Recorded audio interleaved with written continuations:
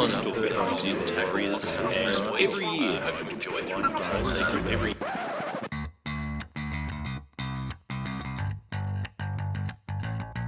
Now Fiddler.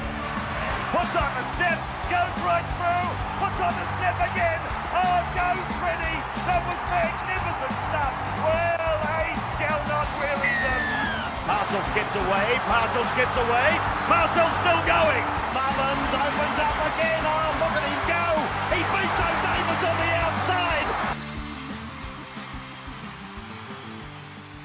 Hello and welcome to another exciting episode of the Voluntary Tackle, the only NRL podcast willing to stump up the cash to buy the highly coveted Biocharger subtle energy device, the latest quackery peddled by iconic caveman chef Pete Evans. Now, for the meagre sum of just $15,000, you too could own what appears to be a lava lamp clumsily glued to the top of a fax machine in a misguided bid to relieve yourself of the threat of coronavirus. Now, I can't speak for you listeners, but I certainly look forward to having my cells exercise greater balance and poise after being burnt badly by what looks to be a radioactive dildo placed inside a Thermomix. But I digress.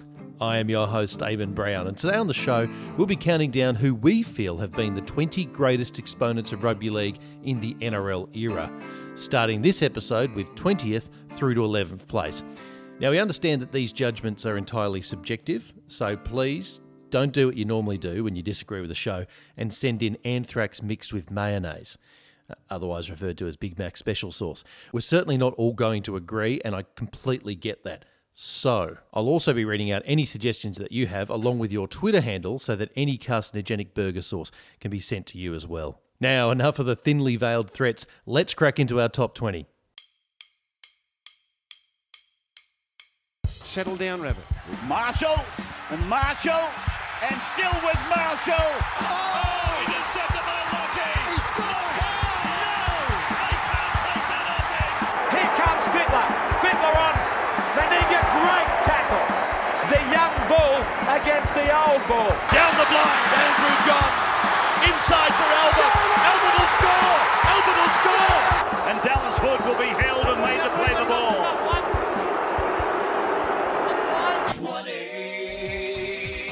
Gordon Tallis, the man who brought the energy of a raging bull on the field and the charisma of a coma patient off the field. Gordy makes the list because he genuinely struck fear into the hearts of his opponents and wasn't afraid to turn the odd person's face into a poorly made hamburger. Let's give credit to Brisbane. They were brilliant, weren't they, in the second half? They were, aided and abetted by one of the worst refereeing performances I've ever come across. I mean, how can Gordon Tallis stay on the field? Seven punches to the head and still there. He throws more punches here than Joe Bugner did in his entire career. Look at this, it's amazing. Attempted spear tackle. Now, a little push from 1, 2, 3, 4, 5, 6, 7, 8... And he connected with 7 of them. And stays on the park. It's absolutely unbelievable. I mean, O'Connor has given a little push to start with. There's 1 or 2 words flying. You cannot punch somebody in the head 7 times on a rugby league field and stay in the park.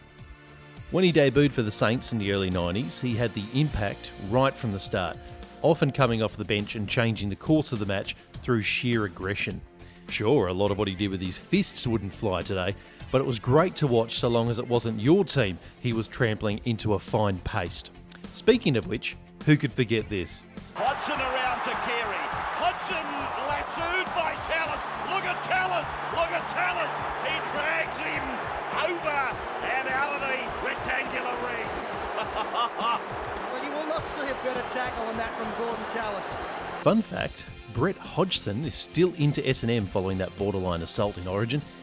His safe word is Daniel Wagon. 19. Luke Lewis. For me, Lewis was a player who just seemed to get better each year he played, even through his 30s. A bit like Kylie Minogue's face. He started out as a plucky high-energy winger and developed into one of the most powerful and skillful back rowers of his generation. Short, deft passes? No worries. Little kicks in behind the line? He could do that too. A classy forward who had the whole bag of tricks and, like most class players, always lifted the standard in the big games and rep matches. Here at the Voluntary Tackle, we feel the Penrith Panthers must still be lamenting letting this bloke go, as they could only watch him reach a purple patch in his career at the Sharks. culminating in a Clive Churchill medal win in 2016. But don't feel too bad for the Penny Panthers. They used the money they saved to retain the services of Lewis Brown.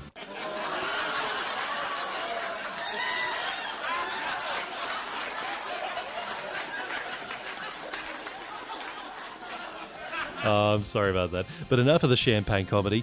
Here's some Luke Lewis. What sort of result can the Roosters get? Intercept! No, not again!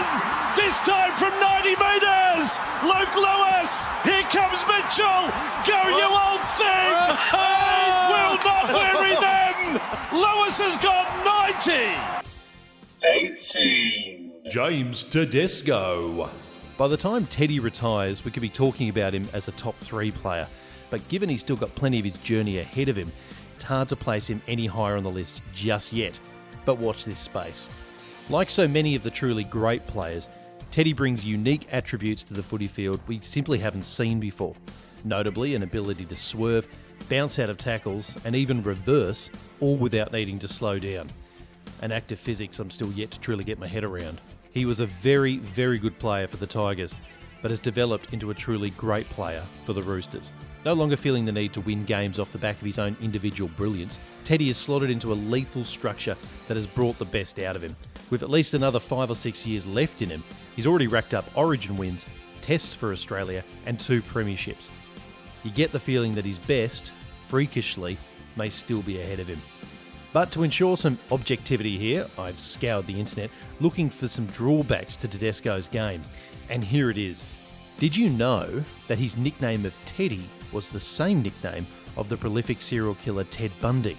But rest assured, we're reasonably confident that Tedesco doesn't have the same sexual fetishes that Bundy enjoyed. He leaves that to Fergo. Here's one of my favourite highlights so far.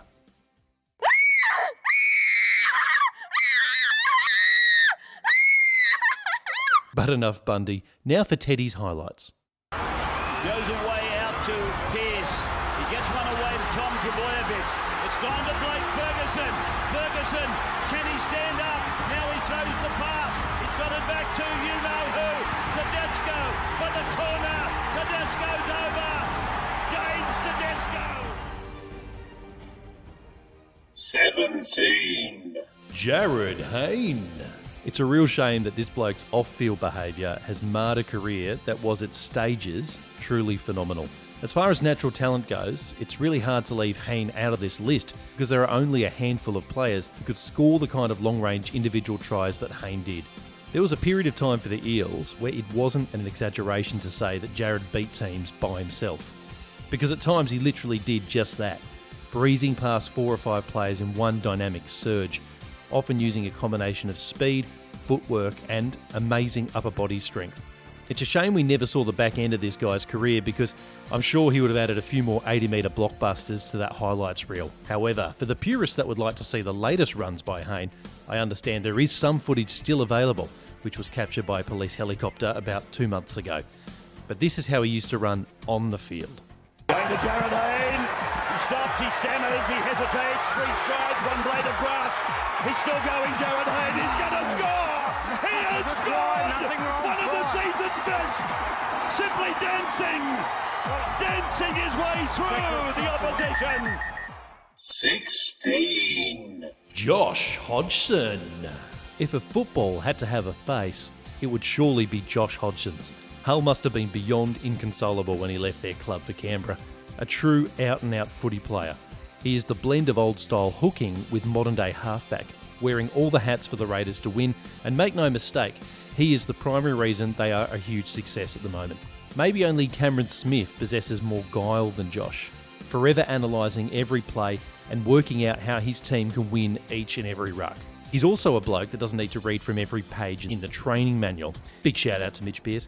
He is a scary competitor who always makes me nervous anytime my team plays him. 15. Sonny Bill Williams. Sonny is another bloke, had he played more NRL footy, would have found himself much higher up on this list. I don't think I've ever seen a player quite so blessed with strength, skill and agility as Sonny Bill Williams was. If he wasn't running over the top of you, he was putting on a slick sidestep, palming you in the face, or putting a one-handed around the back pass on. It really just depended on his mood. The irony is we probably didn't see the best of him in the NRL because he infamously walked out on the Dogs to play rugby union. In a way, he was a victim of his own talent.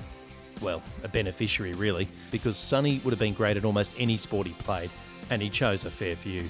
As a league fan, I just feel blessed to have seen this guy play the greatest game of all, even when he was carving my team up for the Bulldogs. Thankfully, he made it up to me in 2013 by winning the Chooks at GF. It's fair to say that Sonny Bill Williams was best known for his dynamic running game and previously legal shoulder charges, but he also possessed an amazing one-handed pass and even a long-range pass that was rarely on display. The few times he unleashed them, you realised he could pass a ball with more length and speed than Brad Fittler. A truly scary player. 14. Jake Friend. I suspect I'm going to cop the most heat for including Jake in my top 20 than any other player. But hear me out. If it weren't for Cameron Smith, I think we'd probably be talking about the many State of Origin and Kangaroo games that Friend was a big part of. He's sort of like the Darren Lehman of rugby league, the second best hooker in the game for close to a decade. And it's no coincidence that when Jake started playing consistent first grade footy for the Roosters, the club became a consistent performer in most seasons. It's actually quite remarkable to think he's never worn a Maroons jersey when you consider how much quality he brings to a team. And here's a fun fact for you. Russell Bowden has played for Queensland, but Jake Friend hasn't. Fate truly can be a cantankerous son of a bitch. Friend's strongest attribute is his giant motor, a very different approach to the game than, say, a Cameron Smith, who instead used his uncanny knack for choosing when to move to first gear. The fact is, Friend only has one gear, consistently knocking up the most tackles in matches and still having enough petrol in the tank to make important runs. But over the course of time, he has cultivated a really effective long-range kicking game, and he actually lays on plenty of tries through flat passes in the red zone in particular. Any club would be desperate to have a Jake Friend in their side, and if there was ever a player that never got the raps he deserves, it's him. And maybe Jeremy Lattimore. Perhaps my most vivid memory of watching Jake Friend live was him sealing the 2013 preliminary final against the Knights with a 60-metre intercept, his little legs pumping so hard. It was a bit like watching Gumby high on meth. Down and Friend picks it up, scampers away, down past the 30, they're chasing, but they're chasing to no avail. 13. Sam Burgess. To be honest, I could have had Sammy much higher on the list, if not for the fact that he often let his dirty play rule his game. The irony is, he never needed it. He was damaging enough. Truly one of the most powerful forwards I've ever seen play the game. He was a rare commodity, a forward who expected to cross the stripe as often as a back. He also possessed a mountain of skill, often popping balls to support players with ease. You know, we often throw the word toughness around too easily, but Sam Burgess really embodied that word, usually playing through multiple horrendous injuries and still being one of the best performed blokes on the field. The last game he played against Manly, where his neck and shoulder was stuffed, and he was running so hard at the defence that he actually had to hold his head on straight, otherwise it might have popped off. That should give you some idea of how tough he was. This guy almost had a blatant disregard for his own safety, and it's really hard not to admire that. But let's face it, he'll always be remembered for the 2014 Grand Final against the Dogs, where he played virtually the entire match with a broken cheekbone and eye socket, winning the Clive Churchill for his gritty performance. What other proof do you need?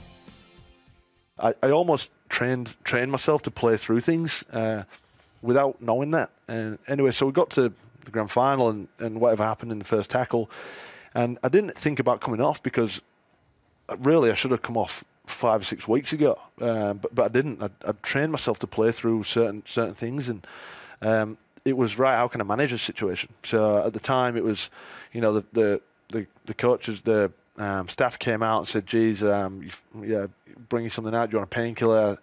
Do you want this? Can we do it?" I said, "Well, there's not much I can do." I said, as I'm running, my face was bouncing up and down. I could feel it, and my face was it'd gone all numb, all tingling like mad. It was quite uncomfortable, and I just thought, it's my last game. I thought it was going to be my last game in the NRL because I was going to rugby union. I just thought, next time we get the ball, I'll take a carry. I'll see how it feels. And before I knew it, I'd made a couple of tackles and I'd carried the ball. And I'll never forget, we were packing down for a scrum about 4 or 5 minutes in, and James Graham's packing it down against me. And he looked at me and he said, "Sammy, mate," he said, "your face is a mess." He said, "You've got to go off." I said, "F off." I said, "I'm staying out." Wow. Shane Webke. Shane was a staple of the Broncos team for more than a decade. in an era where the club was world's best practice. All of the flashy brilliance that the likes of Langer, Walters and Lockyer produced was off the back of a foundation laid by Webke in every single match that he played. He never put in a bad performance, and he never stole the show either. He just consistently gave you a 9 out of 10 performance each and every match, and the Brisbane Bronco teams of the late 90s and early 2000s wouldn't have been able to lay on the tries that they did if it weren't for the most consistent forward of the modern era. If there was one strike against his name, he can't fight for shit. 5 tackles gone, and again the call is there for the defence. It's a punch-up. Webke is trading punches with Campion. Mander has stopped play. Yeah, I think that Shane Webke will be penalised here. He was nailed by Kevin Campion on the inside pass and took exception to it. Very rare to see Webke show this kind of emotion. Former teammates, of course, the Brisbane club, but I think Shane is at fault. 11. Benji Marshall. Although that flick pass is brought up a lot, the truth is you could have picked from a dozen equally amazing flick pass tries in Benji's career. What I admire most about Benji, believe it or not, is not his amazing hop step or his magical passing game. It was his ability to evolve his game over the years to suit his physicality. When he was younger, Benji was lightning off both feet, could step around 6 players without breaking a sweat. But look at him today. His game is unrecognisable. He's one of the best game managers there is. Controlled, unflappable. He has a masterful short kicking game and can really tighten the screws on any side with repeat sets. A lull in his mid-career has prevented him from being higher on this list, but to come back from a failed stint in Union and play the way he has in the NRL is a true credit to Marshall and his willingness to compete. Most with his natural ability would have given the game away when they could no longer do the things they used to do. Another thing to note is just how influential Benji has been to other players coming through. It just seemed like an entire generation of playmakers wanted to play like Benji Marshall. Anyone who makes that kind of impact on the game has to be recognised in the top 20. And Marshall, and still with Marshall. He's got 10 to go. Shut the gate. The best player in the world at the moment scores a solo classic.